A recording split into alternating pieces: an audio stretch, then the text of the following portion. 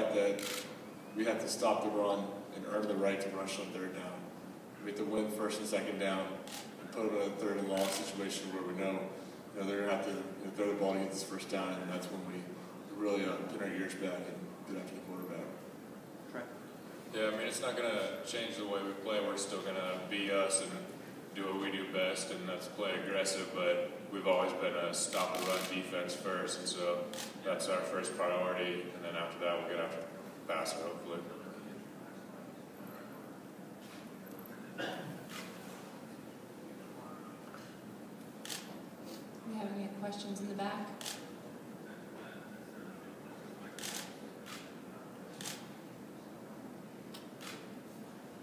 We'll go here in the second row again on the left.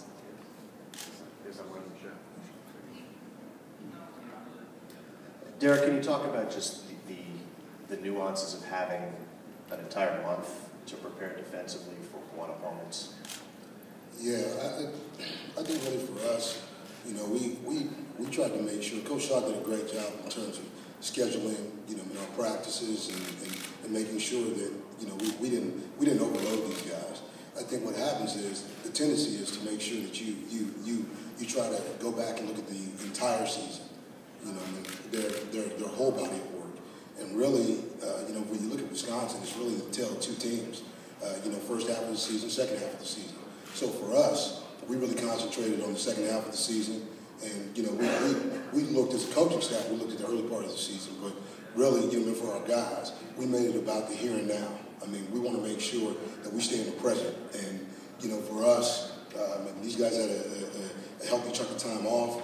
We tried to get their legs back and try to do a good job of just compartmentalizing the information and getting it down to the finest nuances so that, when these guys understand tendencies, they really know, what they're going to see and what to expect. And really, for us, we made it more about us. I mean, back at home, it was more about Wisconsin. Now that we're here, it's more about us. We're in the game week mode, and every time we get in the game week mode, we make it less about our opponent and more about us. We know what we have to do. We know the job at hand, and we just got to continue to preach. What happens on first down, second down, third down, and just make sure that we do what we do in situational football, and that's our strength, and that's what we do.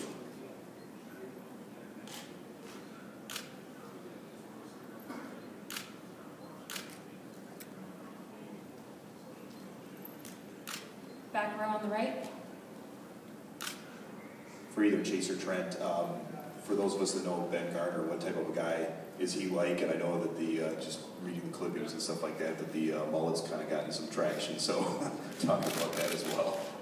Yeah, I mean, I think the mullet itself speaks a ton about Ben's personality, but he's just a tough, kind of nitty-gritty guy. I mean, he's under Coach Hart, and he's getting after him every day in practice, so he can't be any other way. And that's kind of how he plays on the field. He's just a tough guy. Yeah, he's a bit of a cowboy. He loves, stirring it up out there, and it's fun to watch him play.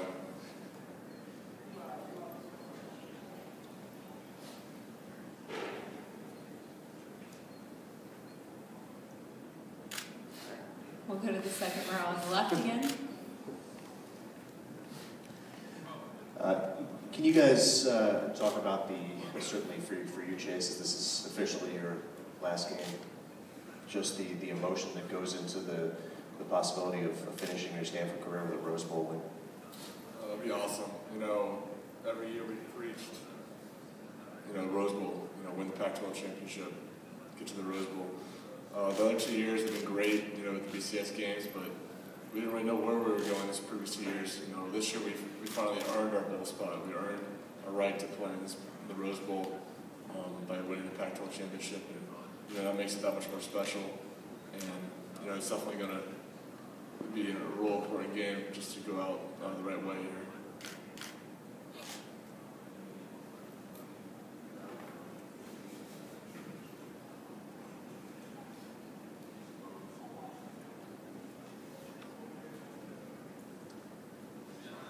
Questions? Got a shy group out there today. We've got about 13 more minutes in here, so any more questions here? that question, man, for Chase, because you look at having, man, a guy like Chase Thomas who comes back, man, for his 5th year. It's incredible, man, to be able to have, man, guys, man, who believe enough, man, in what we do and in the program and in their abilities, man, to come back for a 5th year and do what he's done. A lot of people don't do it. A lot of people, man, take the leap. But, he came back and provided such great leadership for this group. I mean, this group is a blue-collar group, top to bottom. I know the perception that's out there about Stanford in terms of, it being out there on the farm and what happens in terms of our student athletes, in terms of, the intelligence factor. But let me tell you something. When you talk about playing football, these guys play football. They're football junkies. They love football. I mean, they bleed red and they practice hard as any group that I've ever coached, NFL, college, or any other group. And this group, when they talk about earning the right, to rush the passer, if you look at what this group has done, it's obliviated, in the records that were here before them. Like with a group that, man, very few people know about going into the season. Man, this is a prideful group. This group works extremely hard at just doing the little things. We talk about fist to fingers. This group is one big fist. They don't care about the individual accolades. All they care about is the win. And I tell you what, that's a special group to coach. Because not one time did any of these guys ever talk about any of these individual things that like a lot of groups talk about. We set one goal at the beginning of the year, and that was winning the Pac-12 championship. And if you look at the last 5 games of the season and how that road went, it was as tough as any road in the country for any team. So, man, for us, I'm grateful and feel blessed to have coached, man, a guy like Chase Thomas and Trent Murphy. I mean, these guys are 2 of the best, man, that I've been around, and they've showed it week in and week out. So, when they talk about this Stanford, 2012 team, the hallmark of this team is sitting right here next to me. So, at the end of the day, good group, great team, but more than that, a blue-collar group, man, that achieved more than what most people give them credit for. So, with that being the case, thank you.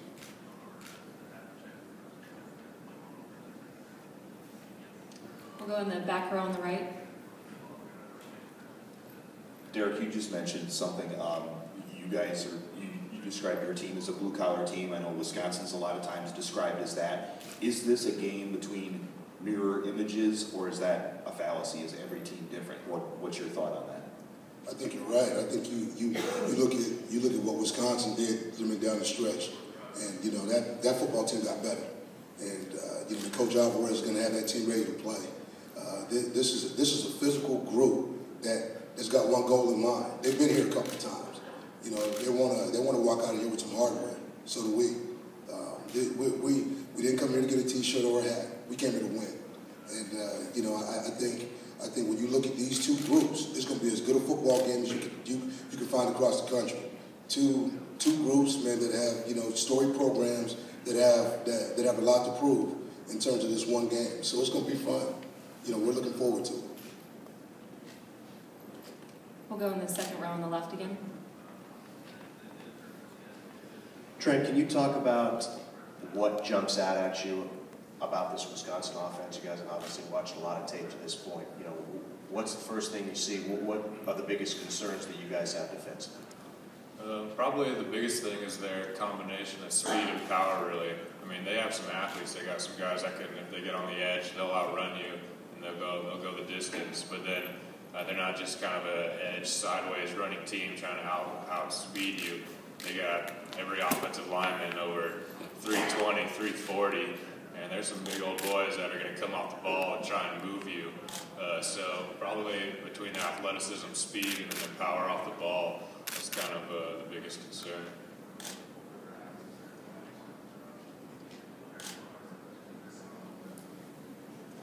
We'll go in the back row on the left. Trent and Chase, do you have any recollections of the last time Wisconsin played Stanford in the Rose Bowl? 2000. Yeah, with Ron Dan was the running back, right? Yeah. How old are you? I was 11. 10. And that day, did you think, well, we'll be playing in the Rose Bowl Sunday? I wasn't thinking about the Rose Bowl when I was 10. I was probably out chasing dogs or something. So. catch the dogs? Absolutely.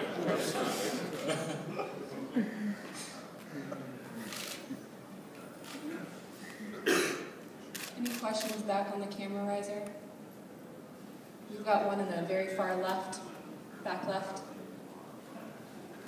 Derek, you talked about Wisconsin's season being a tale of two halves. Can you take that even a step further? Do you look at their last 3 games? Because what they showed offensively against Ohio State and Penn State was certainly a lot different than what they showed offensively against Nebraska. Well, I tell you what, I think for them, and I definitely don't want to speak for Wisconsin, but when you look at having to play an opponent twice, like in Nebraska, much like we had to versus UCLA, it's a tough task. You look at things that you've done before, maybe you try to modify and tweak, what you do. But that last game, you watch Wisconsin, and it was a dominant performance. I mean, that's a Wisconsin that we've all grown to, know, and respect. Really, this for our group, and our group looked at the Nebraska game and said, "That's Wisconsin. That's who we're going to face." And we know what they're going to do. I mean, it's not just Monty Ball. I mean, everybody talks about Monty Ball, but when you talk about the three-headed monster that they have at running back, it goes much deeper than that. Each one of those guys is averaging. I mean, Monty Ball may have the lowest average per carry, of the three. So when you look at what they do and how they do it, and how they come at you with the jet sweep and the wildcat, there's much to prepare for. These guys are good, and they've pushed the envelope just in terms of what their expectations are. They know right now that they're in the midst of having a chance to win a Rose Bowl, and that's what they came here to do. So when you look at this Wisconsin group, they're better than good. They're exactly as advertised. That's why they're sitting here in the Rose Bowl.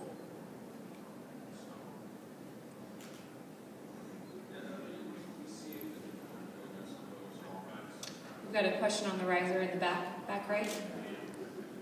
Sure. Coach Mason, you talk about two guys that seem like they've had a lot of growth this year, Henry Anderson and Alex Carter.